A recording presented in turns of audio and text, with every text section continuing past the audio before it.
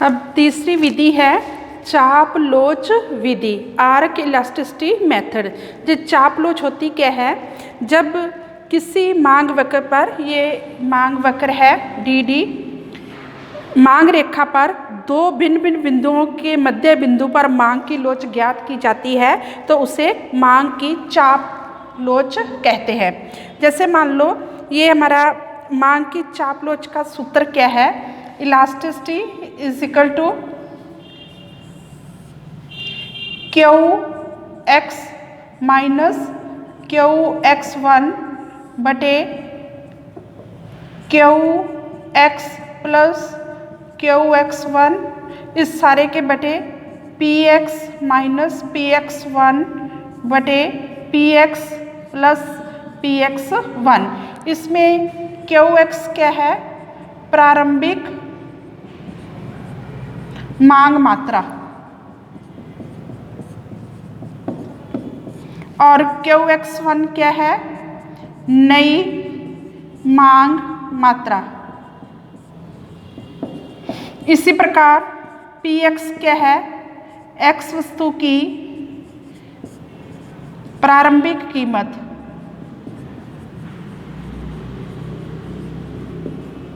और P X one क्या है, एक्स वस्तु की नई कीमत। जैसे मान लो ए से बी बिंदु, ए प्रारंभिक बिंदु है तो यहाँ पे इस सूत्र में पुट करेंगे हम, प्रारंभिक बिंदु पर क्वांटिटी कितनी है 100 माइनस नई क्वांटिटी कितनी है 120 बटे 100 प्लस 120। फिर पी एक्स प्रारंभिक कीमत कितनी है 10 रुपये, 10, नई कीमत कितनी है 8, फिर 10 प्लस 8, इलास्टिसिटी कितना आ गया, ये ऊपर कितना आ गया, इसमें से ये घटाएंगे माइनस 20 बटा 220 बटे 2 बटे 18। अब इसको करेंगे माइनस 20 बटा 220 इंटू, ये उल्ट जाएगा 18 बटे 2, ये इसके साथ कट गया, 2 के साथ 2 कट गया, 2 ने 18 और 11, तो ये क्या आ गया माइनस 9 बटे 11। अगर इसको हम डिवाइड करते हैं 0.81 आ जाएगा, ये 0.81। तो आगे माइनस का चिन्ह है, तो मैंने आपको पहले भी बताया था कि जो मांग की लोच होती है वो ऋणात्मक होती है, तो कितनी है 0.81। तो ये थी मांग की चाप लोच विधि। अब हम नेक्स्ट करते हैं मांग की बिंदु लोच विधि।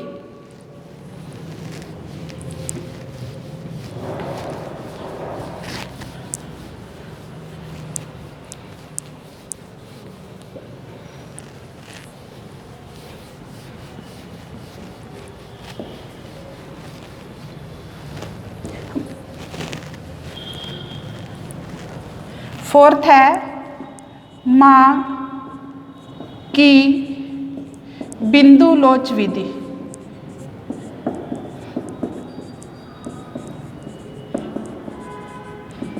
इसमें जैसे मान लो ये रेखा चित्र है,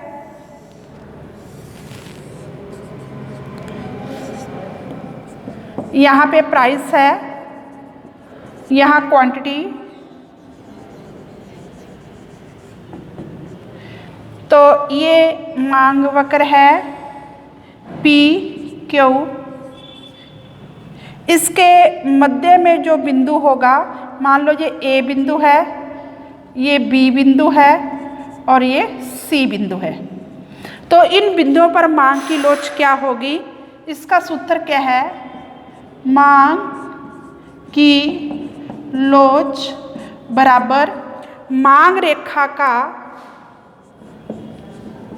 मांग रेखा का बिंदु से निचला हिस्सा, निचला भाग बटे मांग रेखा का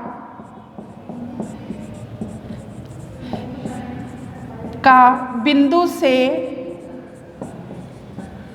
ऊपरी हिस्सा, ऊपरी भाग। सपोज हमने ए बिंदु पर मांग की लोच ज्ञात करनी है, ए बिंदु पर मांग की लोच या मांग की कीमत लोच। तो इस बिंदु से निचला हिस्सा क्या है, ए क्यू बटा ए पी, ए क्यू बटा ए पी।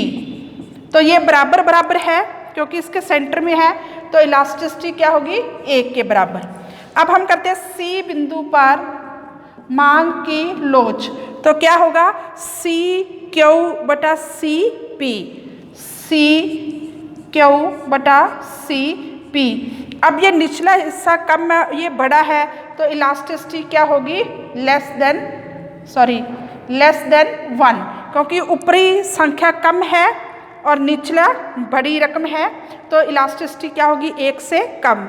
अब बी बिंदु पर मांग की लोच क्या होगी, बी क्यू बटे बी पी, बी क्यू बटे बी पी। ये क्या होगा, ग्रेटर देन 1, क्योंकि बी क्यू जो है वो ज़्यादा हिस्सा है, बी पी जो है कम है। इसी प्रकार क्यू बिंदु पर 0 बटा ओ पी, तो यहाँ पे इलास्टिसिटी होगी 0, यहाँ पे इलास्टिसिटी होगी लेस देन 1, यहाँ पे इलास्टिसिटी होगी 1 के बराबर, यहाँ पे इलास्टिसिटी होगी ग्रेटर देन 1 और यहाँ पे इलास्टिसिटी होगी अनंत। तो इसलिए मांग की बिंदु लोच विधि, इसका सूत्र क्या है, मांग रेखा का जिस बिंदु पर मांग की लोच ज्ञात करनी है, मांग रेखा का उस बिंदु से निचला भाग और मांग रेखा का बिंदु से ऊपरी भाग। तो स्टूडेंट ये हमने 4 विधियां की, मांग की लोच को मापने की विधियां। अब हम नेक्स्ट क्वेश्चन करेंगे कि मांग की कीमत लोच, औसत आय और सीमांत आय में क्या संबंध है। Thanks students.